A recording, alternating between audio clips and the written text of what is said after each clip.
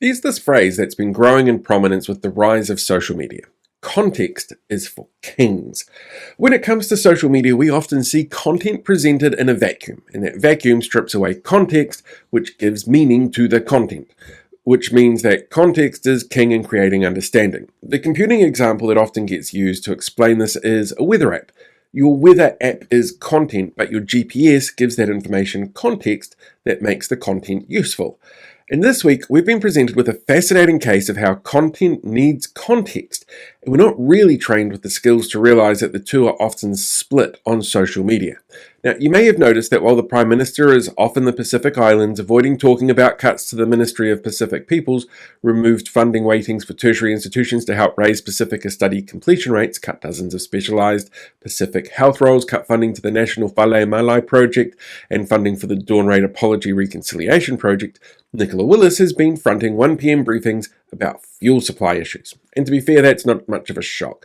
I mean, the Prime Minister is never around when important things happen that we want to see a Prime Minister face up to, like the pay equity claims when he was in China, or where he was hiding from the Treaty Principles Bill or the Regulatory Standards Bill when they came up in the House for debate. But Nicola was not impressed at a social media post that Labour made where they took 14 seconds of uncut footage of her 1pm presser saying something and putting it online. She claimed it lacked context. A Stuff fact check found she did say what the post said she said, but that context was again king. Now, here's the thing that's a crack up, okay?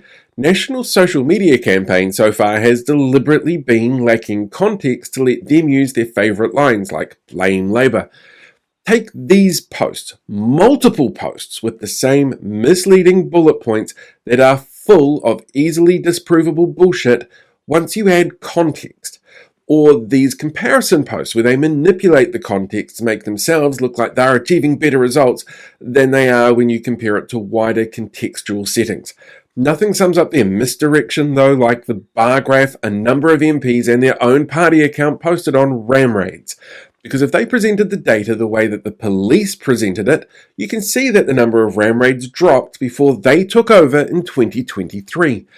And this is a trick we see all the time. Here's a graph looking at specific net migration of New Zealand citizens only to make it look like people aren't leaving the country as much as they are. They're using multiple unvalidated quarterly data points and measurements to claim a drop in crimes while ignoring a rise in violent crimes and pre-existing trends of other crimes dropping. They're deliberately contextualizing homelessness with antisocial behavior to justify their move on orders, telling you that education results are improving based on early trial results of a very small control group and no contextual benchmark for comparison. And they argued that 80% recidivism on their first kids boot camp was a success because of the context that they presented the data in. Or you can just enjoy this shitty meme about Chris Hipkins and tax that they spent thousands on. When you sum it up, it's really rich for National to complain that something a political party has put on social media lacks context when that's literally their entire campaign to this point.